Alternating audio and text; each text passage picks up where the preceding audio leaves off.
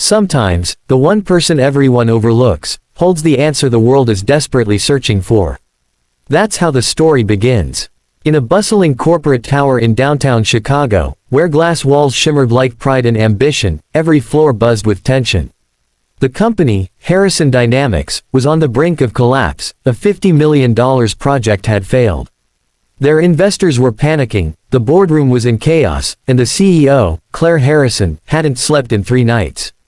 And yet, among all the engineers, analysts, and consultants scrambling for answers, no one noticed the quiet man pushing a mop down the hallway.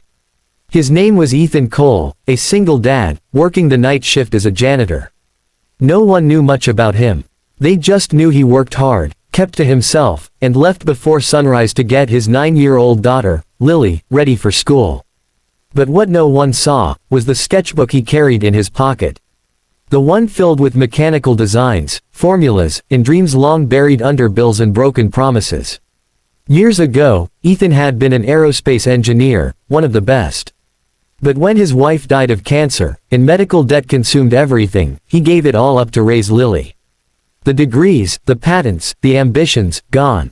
Now, he was the man who cleaned other people's messes, in more ways than one. That night, everything changed. It was nearly midnight when Ethan overheard 2 executives arguing near the boardroom. The company's newest product, a cutting-edge energy turbine, had a design flaw. One small miscalculation had cost them $50 million, and they were about to lose a government contract that kept thousands of employees in work. "Whoever designed this made a mistake in the fluid dynamics model," one shouted. "And who's going to fix it, Mike? We've had 20 engineers on this for weeks."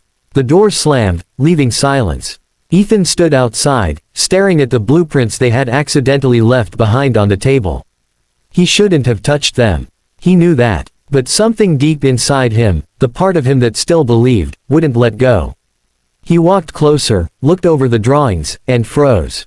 There it was. A simple error. A single angular misalignment in the pressure valve design. The kind of thing no one noticed unless they'd spent years in the field. And Ethan had. He pulled out his sketchbook, flipped to a clean page, and started to draw. His pencil moved fast, memory guiding every stroke, recalculating pressure ratios, adjusting torque balance, redrawing the turbine blades. When he was done, he tore out the page and left it beside the blueprint, unsigned. Then, he quietly left to finish his shift. The next morning, chaos erupted. The engineering team found the sketch. "Who did this?" one of them asked, staring at the corrected formula. This fixes the whole system." Within hours, the CEO called an emergency meeting. She stood before the board, trembling, holding the anonymous page. "Someone in this building just saved us $50 million, she said. "And I want to know who." Every employee was questioned. Every engineer, every intern, every consultant. But no one came forward. That night, as Ethan mopped the marble floors outside the CEO's office, she stepped out, exhaustion painted across her face. "Hey," she said gently. "You work here every night, right?" Ethan nodded. "Yes, ma'am." She hesitated. "You didn't happen to see anyone in the boardroom late last night, did you?" Ethan froze, his heart pounding. He wanted to say no, to stay invisible. But something about her tone, the quiet sincerity, broke his silence. He sighed. "Ma'am, I left a drawing. I didn't mean to intrude. I just saw the blueprint and..."